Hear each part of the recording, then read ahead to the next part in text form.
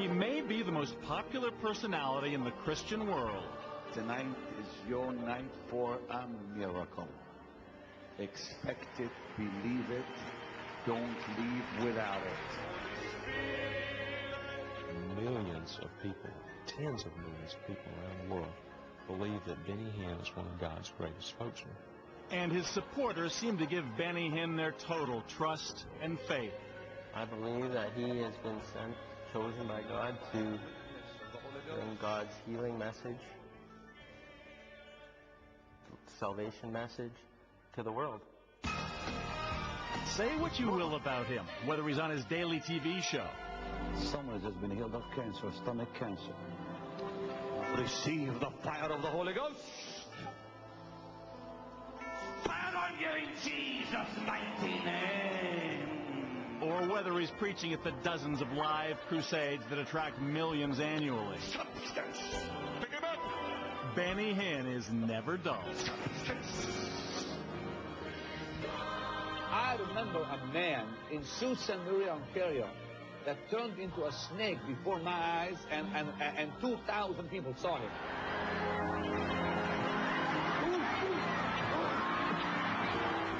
I was in Ghana just recently. We had 500,000 people show up, and a man was raised from the dead on the platform. That's a fact, people. We have it on video.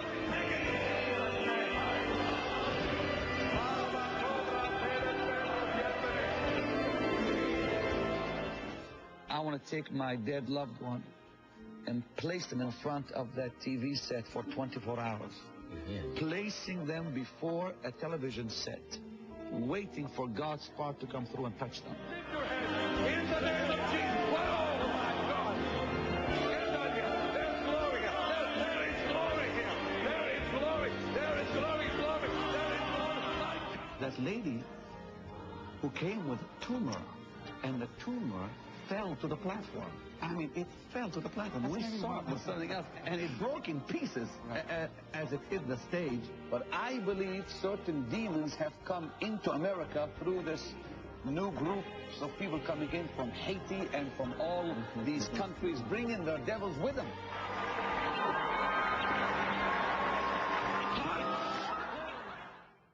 Showman, salesman, zealot, Benny Hinn has made himself into a kind of one-man religious conglomerate.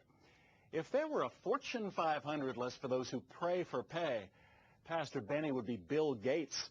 It's been reported he brings in at least $100 million each year.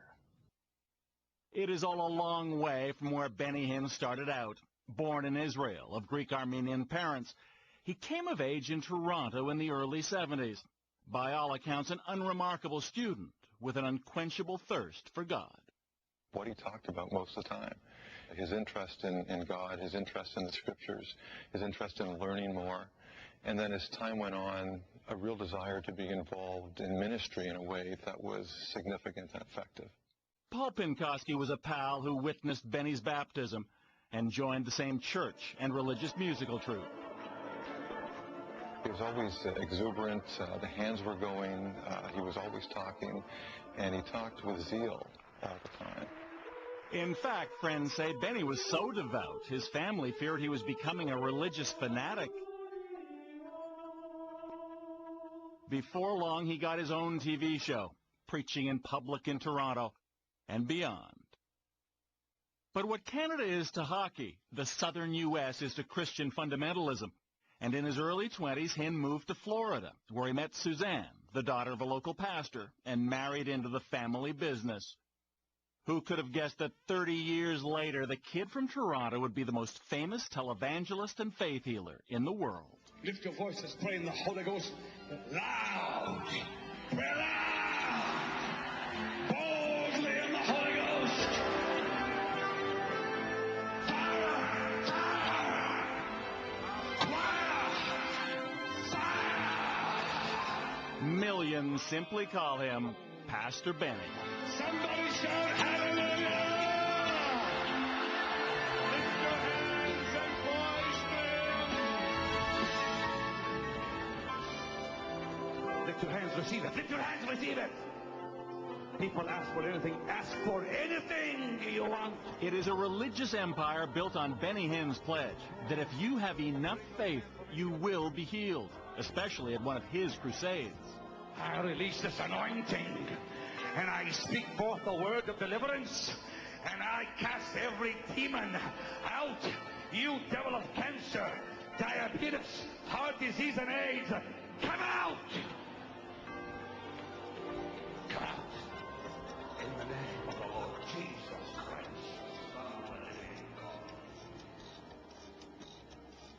It's a promise that could be a matter of life or death for this young man. Just 22, Jordy Gibson has a lethal kidney disease. Every 2 days at the Olds Hospital north of Calgary, he spends 5 hours hooked up to a dialysis machine. What do your doctors say might happen if you quit dialysis? I'd die. They say you'd die. I'd die. How quickly? Probably within a couple weeks. If anyone does not have the Spirit of Christ... Jordy's doctor wants him to have a kidney transplant, but Jordy says that won't be necessary because he'll be healed by God, perhaps that very weekend when Benny Hinn comes to town. When you have 20,000 people agreeing that God is in control, is going to heal, and you'll see tomorrow that people will be healed popping out of wheelchairs and stuff like that, come up on the stage, and it's amazing. It's the same faith that will take Janice Burlock and her 8-year-old daughter Grace to see Benny Hinn in Calgary. Grace was born with a debilitating variation of muscular dystrophy. If Jesus healed 2,000 years ago, then if he's the same yesterday, today, and forever, believing that verse in the Bible, then I believe that he can still do it today for Grace. Little Grace believes that too. If you could have a miracle, what would you want it to be? I can walk. Just walk. Is that what you want, Grace? Just to walk? Just to walk. People said another amen. Give the Lord a mighty hand and get ready for mighty things here tonight.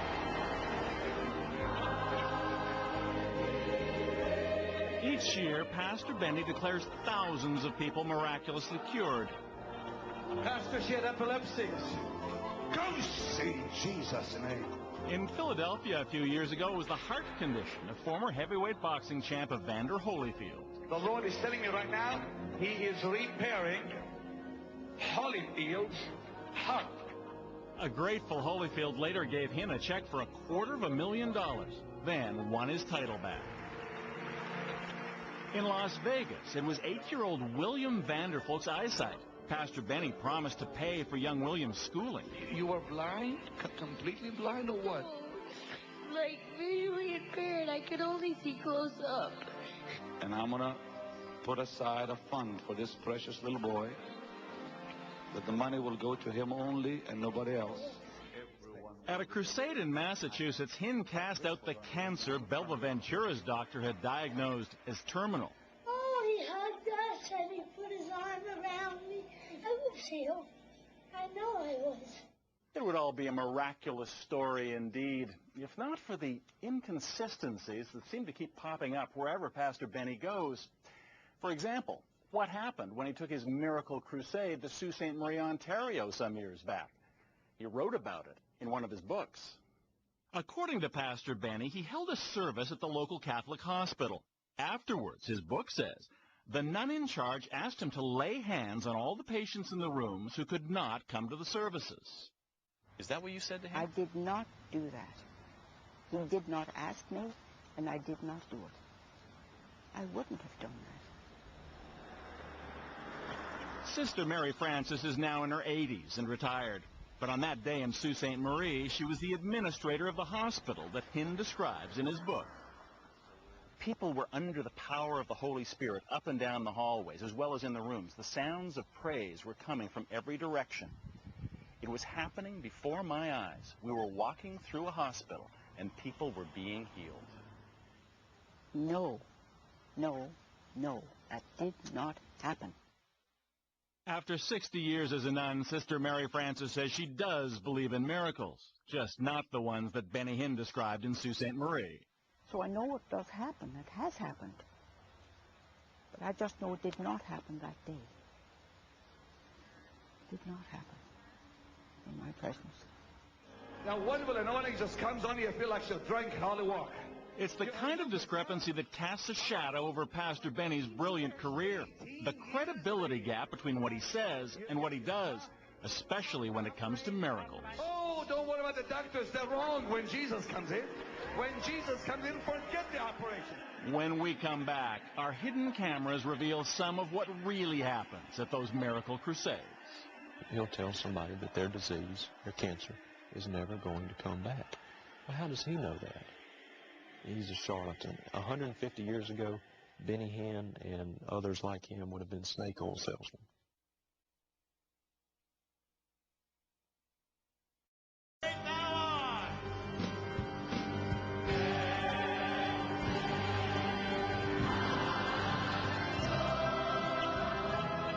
It is no accident that when Pastor Benny takes the stage, the band and choir are always performing the hymn, How Great Thou Art.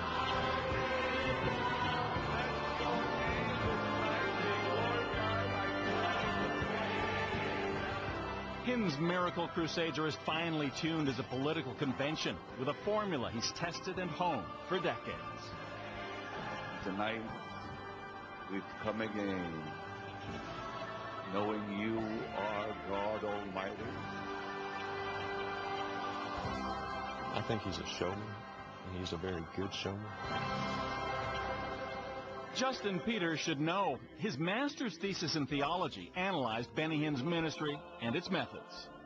He understands people. He understands how to manipulate emotions. He understands how to build himself up so that people respect him and people believe what he says. And the Hinn ministry understands how to package Pastor Benny's crusades as content for his TV show, seen daily around the world. The crusades are public, but our request to tape one was refused. So this past summer, we took hidden cameras into Hinn crusades in Calgary and Toronto. Outside, thousands line up hours before the crusade is scheduled to start, some looking for their miracle. Inside, from the moment Pastor Benny steps on stage, the momentum starts to build. Look at somebody and tell them, I've just been saved. Go and tell them, I've just been saved. Come on. There are hymns, a sermon, saving of souls, but the crux of Benny Hinn's Christian fundamentalism is the miraculous healing that everyone knows is about to come. My friend, what we want is that living water. We've been hungry for that blessed well. But before the miracles, there's the collection of money. Justin Peters has seen it time and again. The implication is that if you are here tonight and you need a miracle from God, particularly if you're severely handicapped or have a terminal illness, you had best dig deeply, because the bigger miracle that you need, the bigger monetary seed that you need to sow. We have found him of whom Moses and the law and the prophets wrote. It's Jesus. Justin Peters is not only an academic. Back home in the southern U.S., he's also an evangelist himself. And there's something else you should know about him. He knew who Jesus was. Justin has had cerebral palsy since birth. In his youth, he went to faith healers hoping to be healed himself, and he well understands why those who are truly sick flock to see Pastor Benny. He yields an incredible power over people, and I think for him it's a real rush. I do think he sees himself as some type of a Messiah figure. I've never felt the presence of angels as strongly in a crusade as I do right now. It happens the same way at every Benny Hinn crusade. Pastor Benny announces that God is speaking to him, telling him what miracles are taking place and where. A brain tumor is being healed to my right. Someone on a wheelchair is just being healed. Somebody's eyes are being healed. Somebody's eyes as Hinn lists the diseases and disabilities being cured right there and then. People who claim to be healed start streaming towards the stage. Cancer cannot stand in the presence of the Holy Ghost. Cancer is only a name, but there's a higher name than cancer. That's Jesus. What you see on TV are the lucky ones allowed on stage to share the divine power Hinn maintains is channeled through him. Fire on ya! Fire!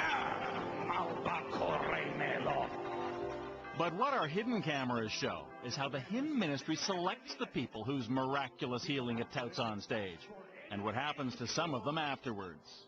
Now, how many crusades would you have been to when you worked for him? A numerous. I wouldn't even begin to count. Dozens? Hundreds? Yeah. This man has seen those miracle crusades unfold from close range as a member of Pastor Benny's security team. He agreed to talk with us if we disguised his identity. We'll call him Andrew. How do they pick the ones they want to go on stage at that point? They have staff members that go through and give them a quick interview. And they'll ask them, what's wrong with you? Oh, I've had rheumatoid arthritis of my left shoulder. I can't lift it. All of a sudden, can you lift your shoulder? Because if you can't lift your shoulder, you can't go on stage. Andrew says most of the screeners who judge who's been healed have no medical background whatsoever. Speak up, Henry. Tonight, for the first time, she could breathe without... Henry Hinn is the chief gatekeeper. He's not a doctor either, but Pastor Benny's brother. He's one of them. He's not the sole one, but he's like the main one. He goes through and picks them out and brings them on stage. According to Andrew, that screening system has one purpose: to keep the truly sick or disabled away from Benny Hinn. Those people are never allowed near the stage.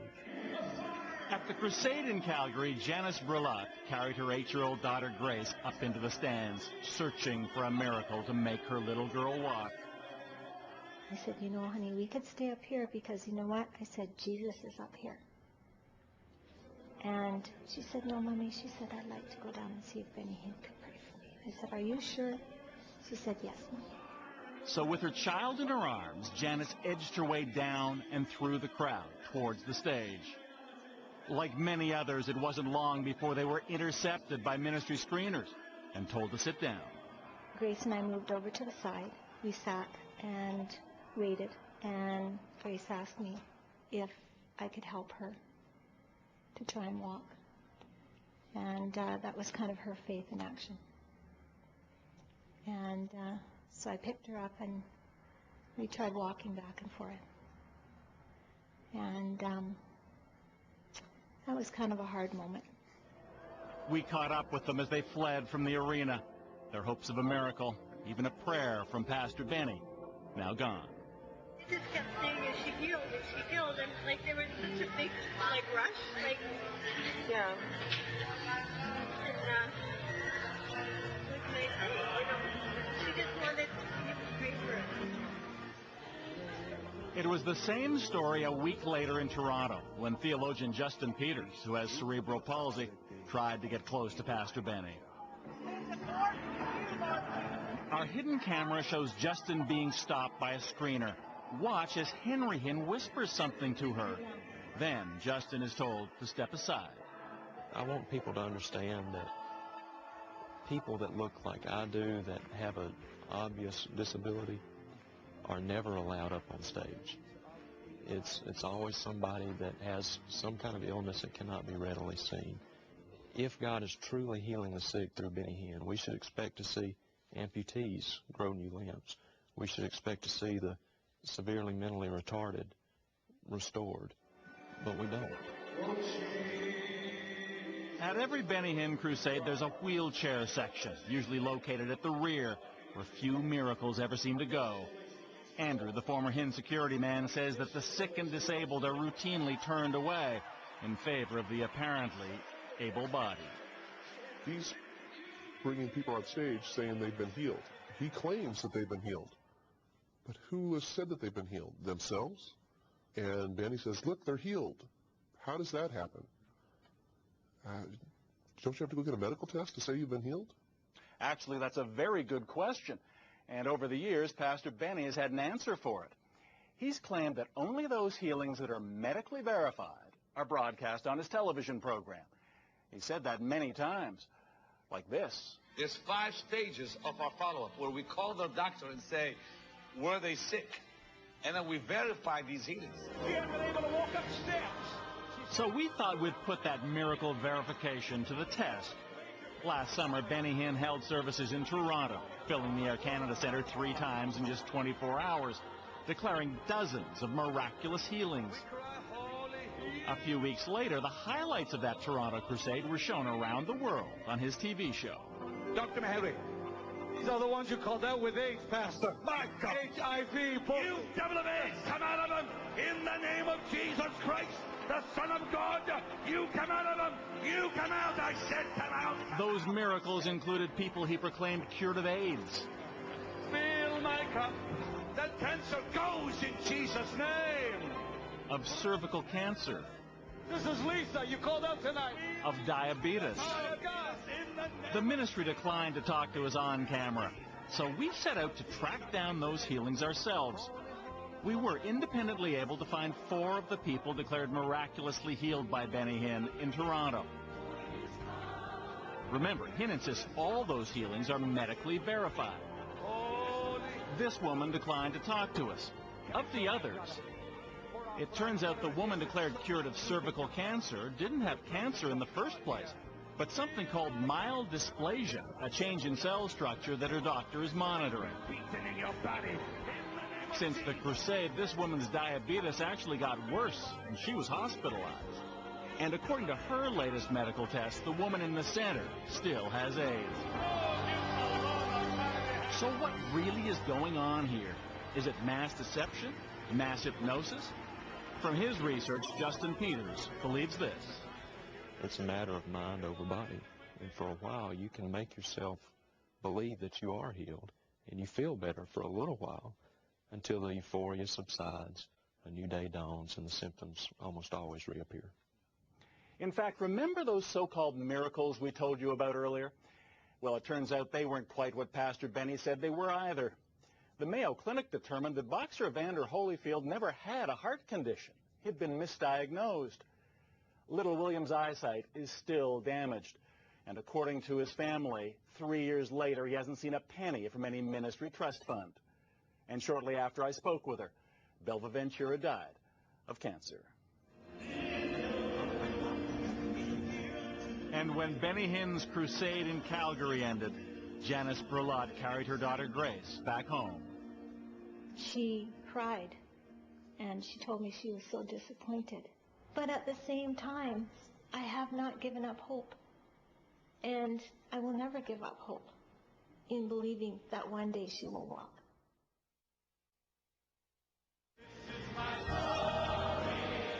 As you'll see when we return, what Benny Hinn's ministry may lack in miracles, it more than makes up in money. He lives and does the best of anything and everything. Money is never an object. He spends on whatever he likes, only the best for him, for Benny.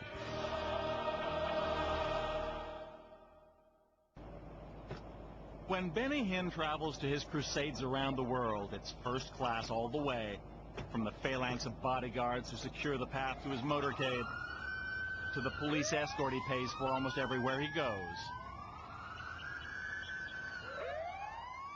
What's all this money good for, my friend? You're not going to take it with you.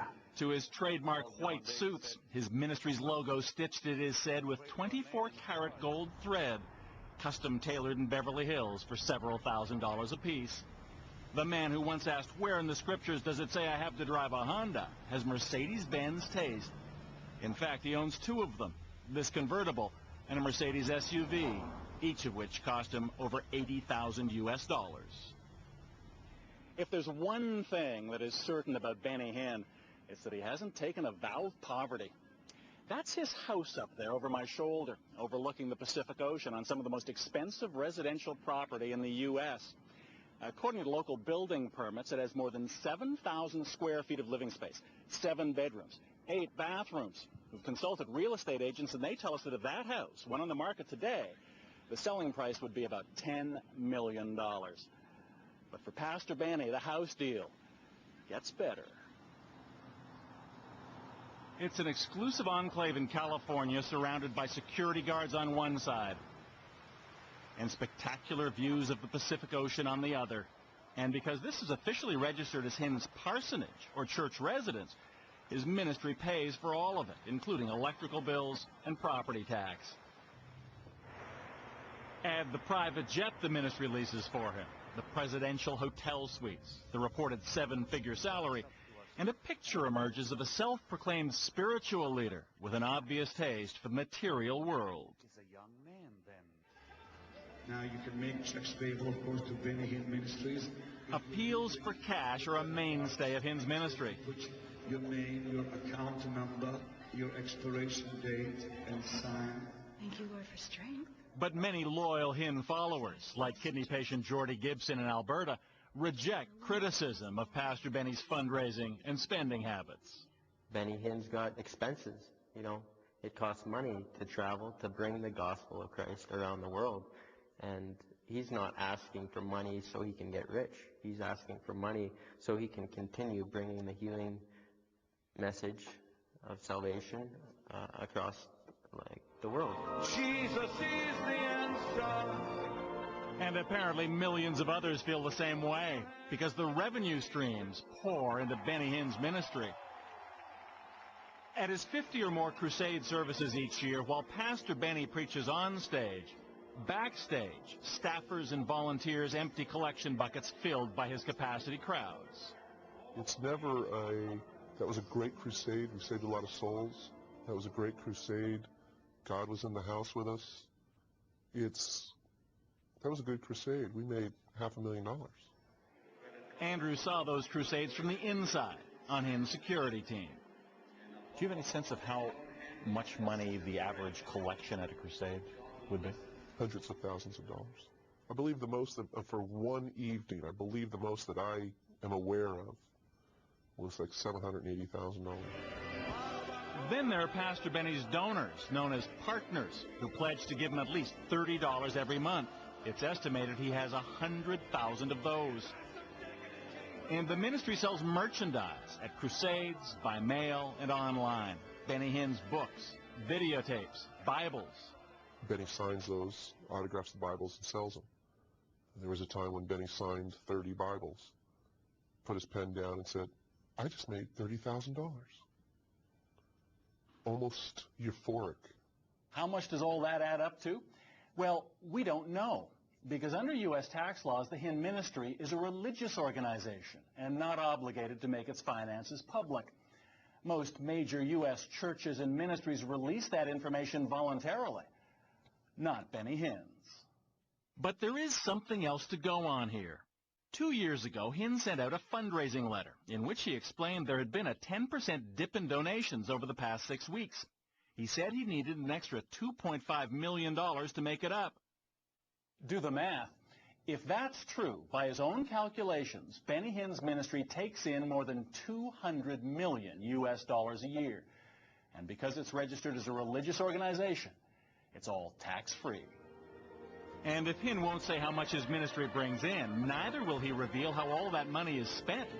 What he has said, over and over, is this. What you give never goes to Benny Hinn. Never. I have never touched a cent of anything that comes in through television, anything that comes in through the crusade offerings. And what I want you to do is you send that gift, and we'll use it in the ministry to spread the message of healing to the world.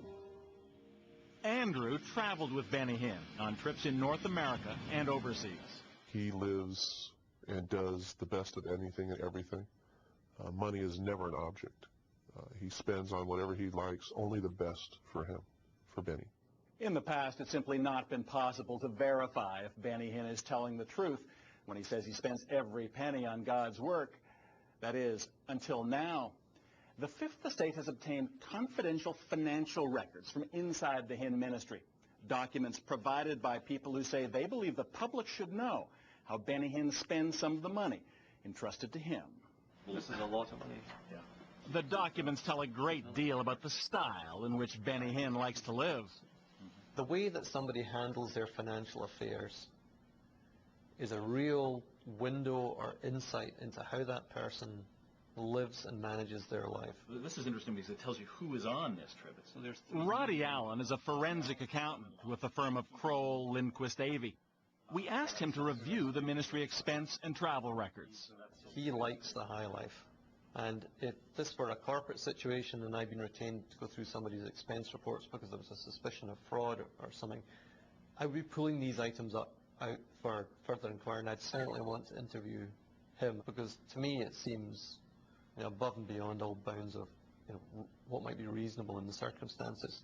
We focused on a trip in July 2003. Hinn had crusades in St. Petersburg, Russia, and Stockholm, Sweden. Receipts show, as usual, he stayed in 5-star hotels and consumed lavishly. But what's really interesting is what happened when the crusades were over. Pastor Benny and his family, bodyguards, and ministry staff didn't head home. Instead, Hinn's private jet took off in the opposite direction, to Italy. Savoia Hotel in Milan, Italy. And apparently these are charges for room 1001. And the last name there is Joshua, but that's the name that Benny Hinn checks in under, David Joshua. Right.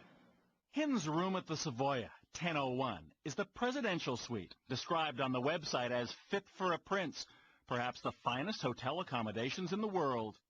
No kidding. It is the largest hotel suite in Europe and features its own Baroque swimming pool and Turkish bath. The going rate, more than $10,000 per night. Hinn's hotel bill in Milan also included just over $4,000 in unspecified transportation charges. And then there were the tips. $2,100 in gratuities in just 3 days, including hundreds of dollars to waiters and $1,000 to the hotel's front desk manager. So this is the cash for Milan. But it didn't stop there. From Italy, the Hinn entourage headed to London for a day. In just 24 hours, here's what the ministry's own records show that Benny Hinn spent. The party stayed at the prestigious Lanesborough Hotel, where Madonna and Michael Jackson have been guests.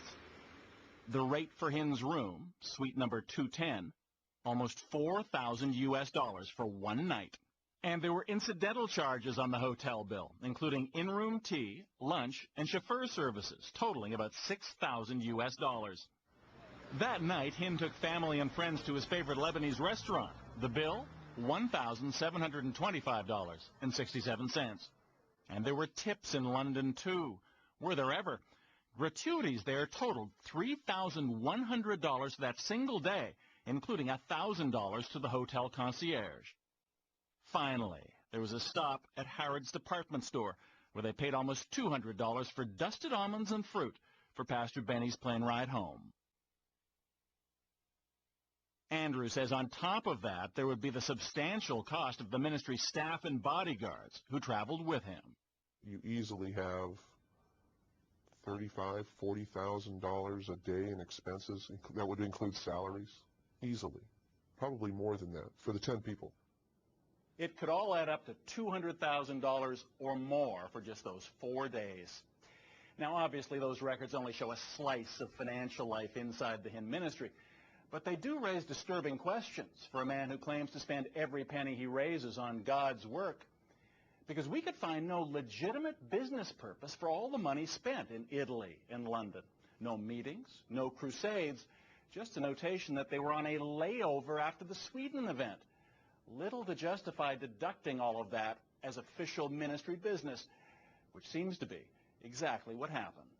I'm a mere bean counter, but it'd be hard to persuade me that you had to incur that kind of expense in order to accomplish some business objective. You don't have to stay in the best hotel in Milan. You don't have to stay in the Lanesborough Hotel in London. You might feel obliged to give the doorman some kind of tip, but it doesn't have to be the biggest tip that he got that day. And according to Roddy Allen, the exorbitant use of cash may be another unusual business practice of the Hinn ministry. The documents include dozens of petty cash chits, but there's nothing petty about many of them. A chit for $5,200 cash to one of Pastor Benny's assistants. No details why. A check for $25,000 in cash to accompany Benny Hinn on a trip to Anaheim, just 30 miles from his house. No mention of what it was for. And there's cash doled out to the Hinn family. In just over 1 month in 2003, several payments totaling $23,000 to Pastor Benny and his wife. Again, no details as to what it was for. There was an explanation on this chit. Just days before he tipped a hotel clerk $1,000, Pastor Benny gave $20 to a homeless woman with a baby, also apparently deducted as ministry business. It is possible that Benny Hinn can explain all those lavish travel expenses and all that cash. But if so, he's not doing it to us, nor to all the people who gave all that money to him. Pastor Benny, Bob McEwen. We met at Crusade in Buffalo, and I didn't have a chance to talk to you. How are you again? Very well. When the Hinn ministry repeatedly refused our interview request, we took a hidden camera to Pastor Benny's Toronto hotel. If you get your money, all this money, from people like the ones we saw at this crusade and the one last week in Calgary, why will you not, as many, many people like Pat Robertson and Billy Graham do, release that information to prove that what you say is true? Release the information that the ministry about the ministry. The financial information, yours personally and the ministry's. Why don't you invite me to come to CBC? We would love to. I'd be more than happy to come. You have my word. Come tonight, come tomorrow. I can't. We can meet you. But after weeks of being told Benny Hinn didn't want to talk to us, we weren't about to let him get away. We asked him for proof of those miracles. What we would like is medical proof that there was a condition, that that condition dramatically changed, and that that change continued. And we want access to the patient and to the doctor. I think anybody would agree that that would be not a problem. Look, the basis for medical verification. I've done interviews with HBO. I've done interviews with CNN. I have no problem doing it with CBC. I have not seen any medical evidence in any of those interviews you've given that would support the existence of even a single miracle. Well, that's one thing I believe and one thing you don't. Well, no, but I know you believe it. But you also say you only put on television miracles, miracle healings, which have been medically verified and proven. You know, so all we want to do is see the basis on which you say that. We have done all that we can do as a ministry to open a department, to have people. You remember the little boy named William in Las Vegas a couple of years ago? You made him a star. You were going to set up a trust fund for him. You were going to put him through university. He was supposedly cured of blindness. He's not cured of blindness. And his family says that they had a heck of a time even getting in touch with the ministry, let alone was there no follow-up about him. When he comes up on a platform, I'm only able to know what they tell me so. But isn't that the point, that they don't know, and neither do you? If I may say so, sir, you make a great deal of money on the basis of what you say. Well, let's talk on camera. I'll answer your question. There's no problem with it. Well, actually, we've been on camera, sir.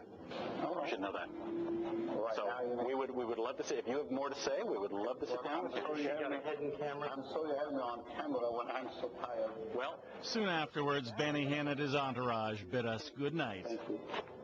We spoke to the woman. As for that promise to call, he didn't.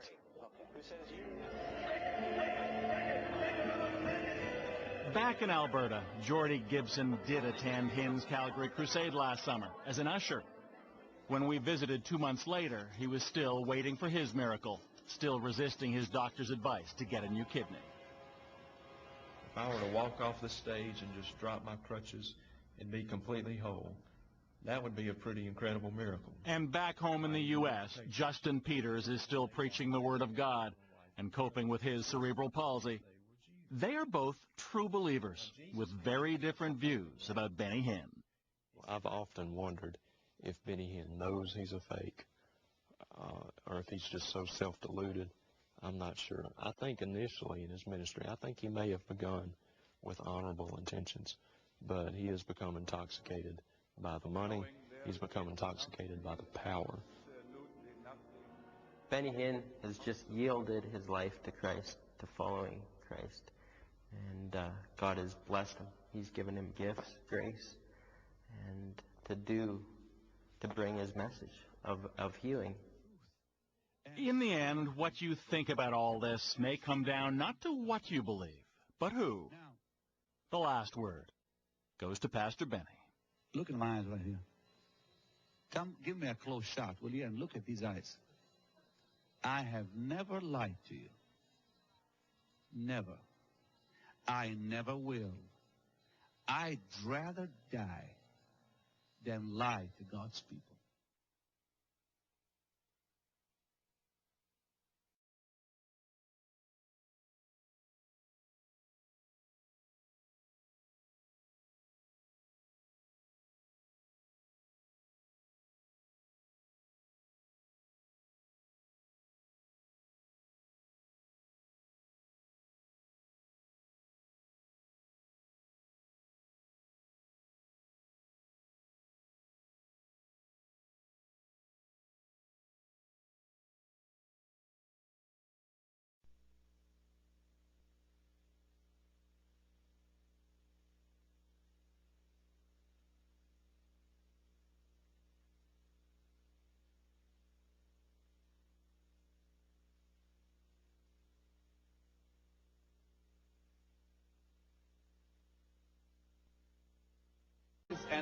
And 2,000 people saw him.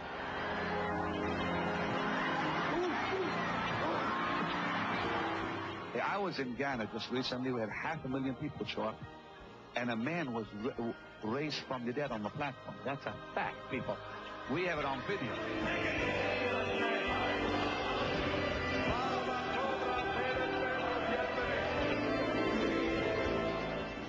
I want to take my dead loved one and place them in front of that TV set for 24 hours. Placing them before a television set, waiting for God's part to come through and touch them. Lift your hands in the name of Jesus. Oh, my God. Get down here. There's glory here. There is glory here. There is glory. There is glory, glory. There is glory. My God. That lady who came with a tumor, and the tumor fell to the platform. I mean, it fell to the platform. We saw it with something else, and it broke in pieces as it hit the stage. But I believe certain demons have come into America through this new group of people coming in from Haiti and from all these countries, bringing their devils with them.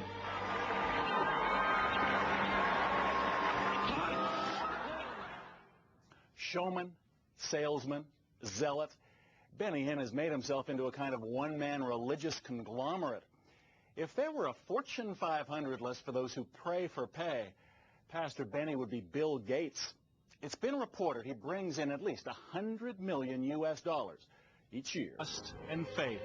I believe that he has been chosen by God to bring God's healing message, salvation message to the world. Say what you will about him, whether he's on his daily TV show. Someone has been healed of cancer, stomach cancer.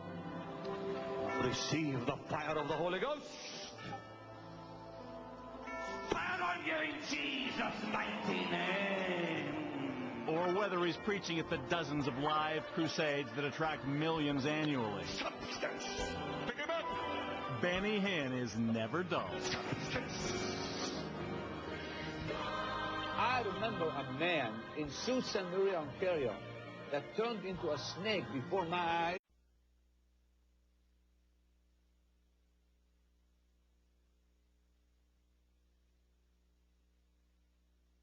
I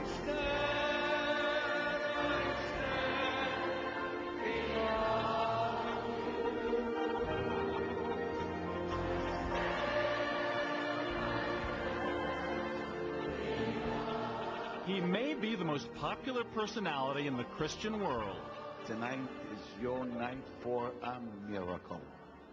Expect it, believe it, don't leave without it. Millions of people, tens of millions of people around the world believe that Benny Hinn is one of God's greatest spokesmen.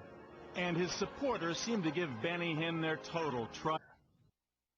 It is all a long way from where Benny Hinn started out. Born in Israel, of Greek-Armenian parents, he came of age in Toronto in the early 70s.